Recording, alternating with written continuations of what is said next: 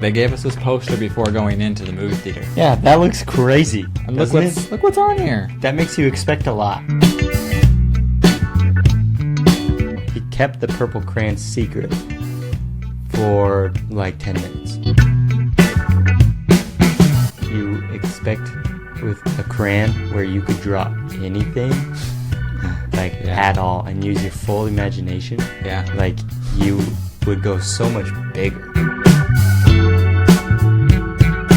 It's so constipated. Welcome back to Voltage Bros, your ultimate destination for all things movies. My name is Jerem. And I'm Kenny, and today we're talking about Harold and the Purple Crayon. Each week, we two brothers bring you an in-depth review on every newest blockbuster. We also make individual videos talking about the movies we've watched recently, so make sure you subscribe and hit that notification bell so you don't miss out on any new videos. Now without further ado, let's review Harold and the Purple Crayon, which I didn't know that this movie wasn't going to be massive. I didn't even know that it was a book, so maybe that's why it wasn't massive. I don't think it's as popular as the people who know it think it is. That's true. Mm-hmm. It's like the book that you read as a kid. Well, at least I did. I did not. And I thought everyone did. My wife did. Kind of like five monkeys jumping on a bed. Right. We did a movie for that. Everyone knows that story. That would be a great movie. Doctor told him. One fell off and bumped his head. I definitely thought that this movie was going to be way bigger than it was. Yeah. But we showed up and there was not much people there. Yeah, and it had a very low budget. Which was noticeable, which we'll probably talk about. Yep. But do we want to start from the beginning? Sure. I guess they start off in the book. So you're in this imaginary world where the main character, what's his name? Zachary Levi. Oh, Harold? Harold. Yeah. That makes sense. Is the actor's name Zach? Zachary Levi, yeah. Okay, getcha. Who also plays Shazam, has a purple crayon and can draw anything and it comes to life. Which is so awesome. I used to have dreams about this when I was a kid. I did not. I wish that was real. Mine at least wasn't a purple crayon. It was just my hand. It's a pretty awesome concept for kids in a kids movie. Mm-hmm. At first, I was thinking that this was another really cool animation style, you know? Yeah. Because we have Spider-Verse coming out, and then like Ninja Turtles, and then other movies are trying to do some different animation styles, rather than just kind of merging towards the one, which is like the Frozen and Tangled looking thing. Yeah. Where it's kind of very clean, I guess. Yeah. But I thought, hey, another great animation style that's a little bit different, but it doesn't last very long. Nope. It's thrown into the real world. What happens is old man stops talking to them, some voice, whoever created him. So he draws a door with his purple crayon to the real world and goes through with his friends, Moose and Porcupine. And it did happen really quick. I didn't love that because I liked that world, that just the whole concept of the world. But I guess to get the movie moving, it did need to happen. Yeah. Yeah. They kind of just threw in all the beats that were necessary and then just moved it on into the real world. Zachary Levi and the other actors in this movie are pretty good. Yeah. They're very good at acting for kids. Right. It reminded me of Blue's Clues. Like, as an adult, it's kind of awkward watching an adult act so much like a kid. Yeah. Because it's just weird. Right. But as a kid, like watching Blue's Clues, you would never notice. Right. You know? But it worked. I didn't think it was bad. I didn't think it was great. It's just good. Which was kind of a theme for the movie. They picked the perfect guy for it, and he did exactly what he needed to do. And he But definitely, they're not slacking off. No. You know? No, they're trying. They're putting in their effort to act like a kid and perform for kids. And right. Yeah. Definitely effort on these actors' parts. And same with the two, with Moose and Porcupine. They definitely put in their full effort the whole time. They were good. And the kid actor, actually, I did like. I don't know how old he was. Personally, I thought he was great for his age. I know we haven't always liked child actors in movies, but which makes sense. They're children. But he was really good. But it moves on quickly. They get hit by a car, which happens to be the kid and a mom. And then he draws a tire because her tire goes flat and they fix it. That was interesting. I liked that he kept if you guys didn't know, he kept the purple crayon secret for like 10 minutes. Yeah. I liked that, but I wish it lasted longer and it was more of a secret. Because then he wasn't even trying to hide it. Yeah. Yeah. I guess he didn't think that there was any reason to hide it. Which I guess makes sense. But then why did he think to hide it in the beginning? Well, I'm definitely going to overanalyze this a bit. There's a couple of points that the movie could have improved in some ways. It's interesting seeing the little things that make some movies better. Yeah. So, for example, the framing of the shots. Mm-hmm. All of this is just either full body shots or like chest up shot. That's true. Yeah. There's maybe like one or two zoom ins, but it's all just framed and you just watch the story happen as if it's just happening right in front of you. There's no real artistic element to the shots at all. And I'm wondering if that's just because it's a kids movie and they just want to make it visible for the kid to see what's going on. Right. And that was probably a purposeful thing. Here, kids, this is what's happening. Nothing crazy. We'll just frame it up, tell this story like a storybook. I think you're right. Probably just purposeful for kids. I think they definitely just took that angle. It's a kids movie, and maybe we'll put a little bit of an adult theme, but we're not going to try that hard in that aspect. The other thing we talked about earlier was the budget. You could tell. It was noticeable, mainly whenever they use the purple crayon, because you expect with a crayon where you could draw anything at all and use your full imagination, you would go so much bigger. It's that poster. This poster. See, look, they gave us this poster before going into the movie theater. Yeah, that looks crazy. And look what's on here. That makes you expect a lot. We got a robot. That didn't happen. Plane did happen, but it didn't look like that. Drones. Octopus, is that what that is? A squid with a Thor hammer. Not really. And that's not even a squid. That's like a dragon tail. I don't know what that is. And then a hot air balloon. Some weird monster thing. Roller coaster. Yeah. So this is a pretty dope poster. Right. Makes you expect a lot. And 90% of what's on here didn't actually occur. Yeah. But so that's pretty funny. Yeah. I was tricked. Yes. I think the most noticeable part was the ending. Was a fight scene between two people who had ultimate power. Crayon. Yeah, literally unlimited power. But all they can think of is like spears and big rocks and catapults. There's a little bit of lava, I guess, and earthquake, but it was very anticlimactic. Yeah, for sure. And then the way he wins is by throwing a bug in his mouth. Yeah. It's pretty hilarious. Yeah. The other thing that I will also overanalyze is the relationship between the kid and the mom, because I was looking for some character growth in both of them, mostly the kid.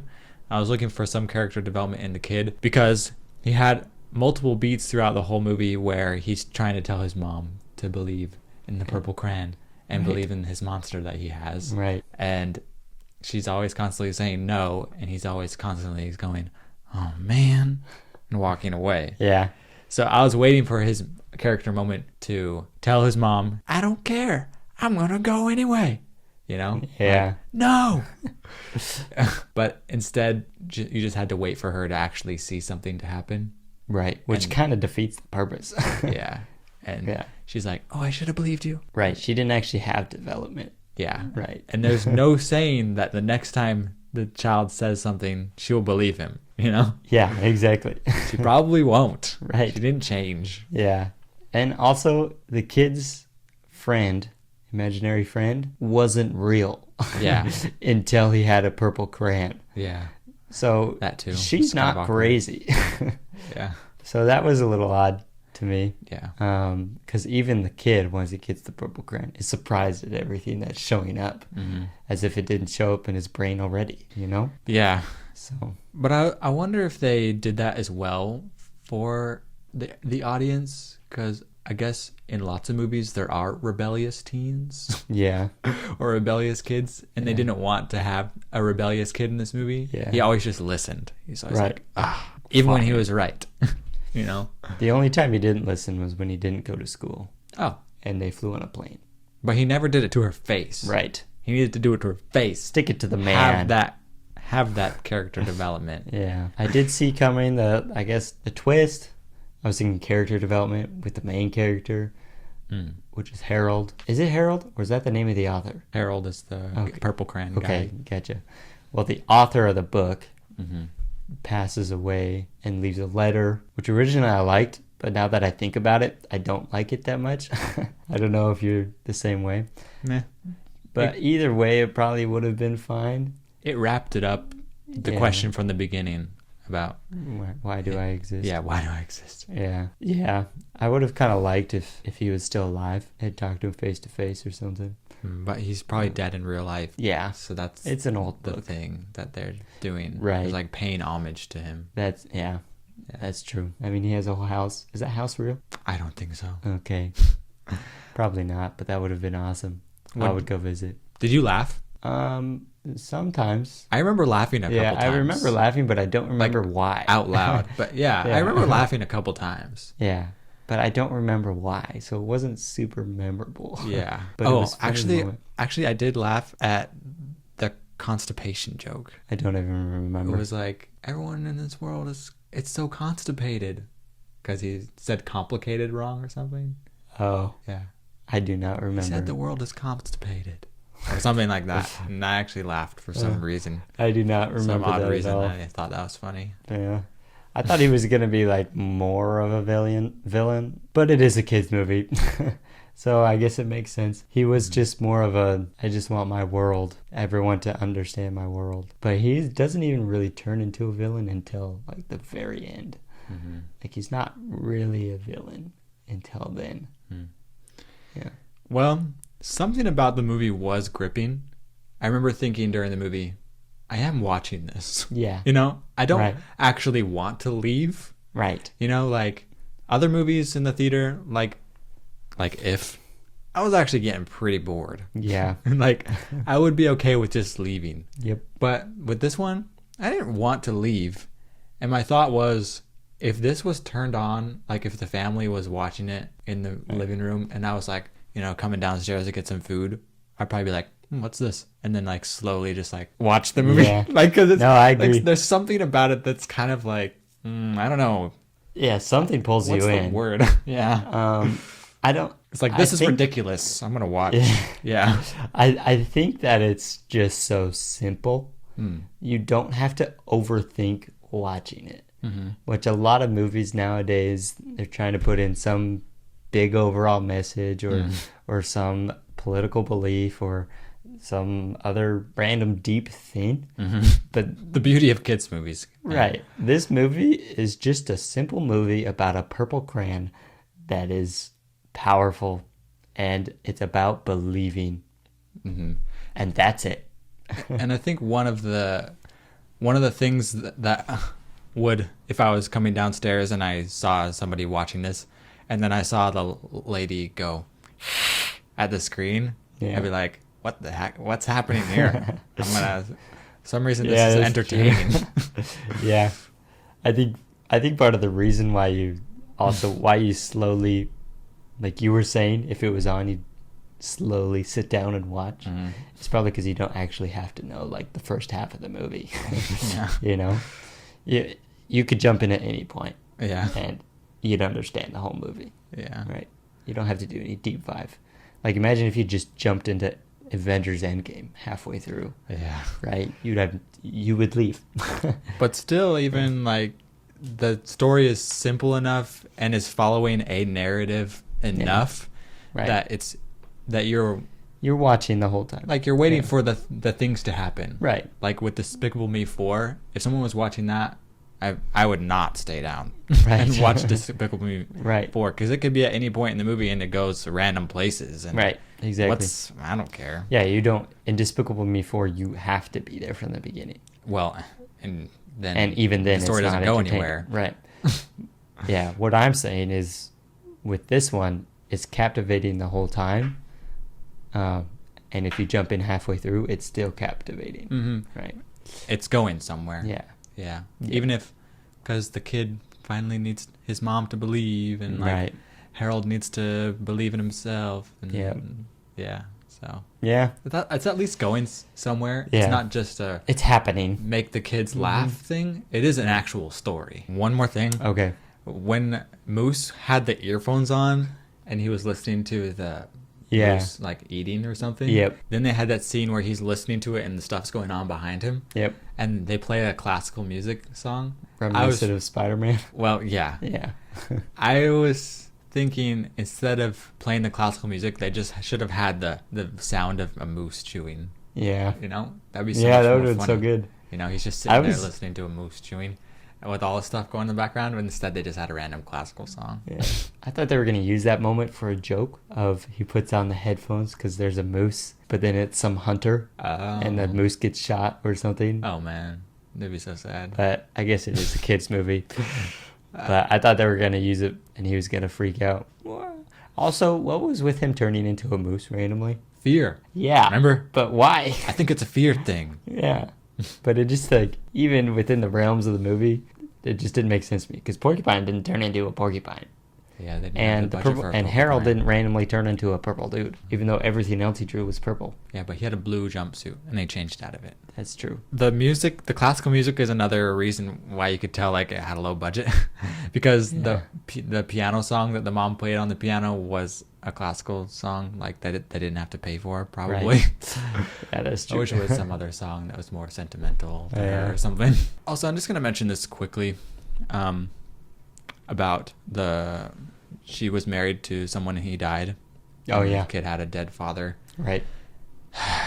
In Twisters, our review, we talked about how the beginning of the film has the traumatic event where she loses 3 friends. Right.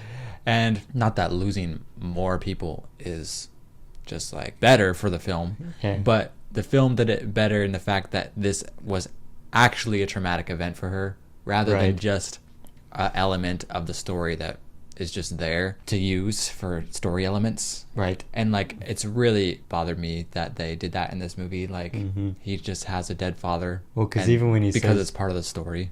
Yeah. Like people actually do have family members who passed away, and when you just throw that in there just because this is part of the story and it makes it easy for our things to be sentimental and so we have one less actor to pay, like Yeah. that's kind of bothersome. Yeah. They didn't even really lean into it or make it as dramatic as it should have been, because like the kid was just like, yeah, he's dead. Like if you're gonna have that as part of the story, Yeah, they definitely could have done a lot better there. And it would have made the movie better too if they actually used it in the right way. yeah. Mm-hmm. But Yeah. all right. On that note, tell us your thoughts. About Harold and the Purple Crayon, because we know Yep. you watched it. Of course you did. If you didn't, go watch it. Come back, comment.